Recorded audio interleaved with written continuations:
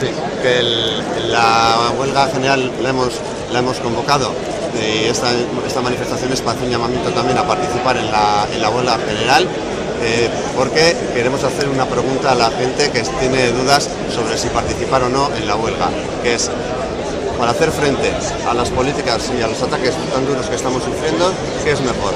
¿Quedarnos en casa sin hacer nada o, por el contrario, participar en las movilizaciones? Sabemos que todos los logros que tenemos la clase trabajadora, los colectivos populares, los hemos conseguido por la movilización. Nuestra fuerza es la movilización, y si no participamos en las movilizaciones, está claro que nos van a seguir dando con las mismas políticas como nos vienen dando en los últimos tiempos.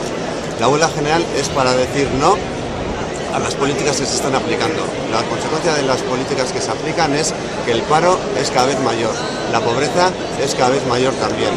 Se están desmontando los sistemas de salud y de educación públicas. Se están dando pasos en el recorte de las prestaciones sociales. Viene una nueva reforma de pensiones. Se nos están planteando una política fiscal que es muy injusta, porque se hace a favor de las rentas altas y del capital y se permite el enorme fraude fiscal que existe en esas rentas.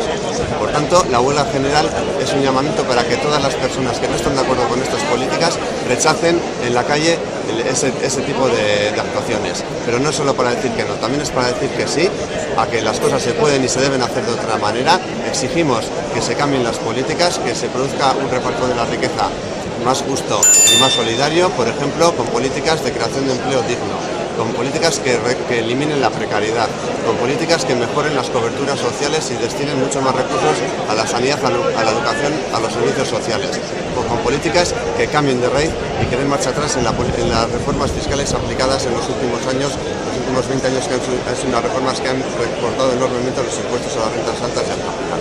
Por tanto, todo el mundo que considere que la fuerza que tenemos es la movilización y que es imprescindible cambiar las políticas, debe participar en la huelga general del 30 de mayo.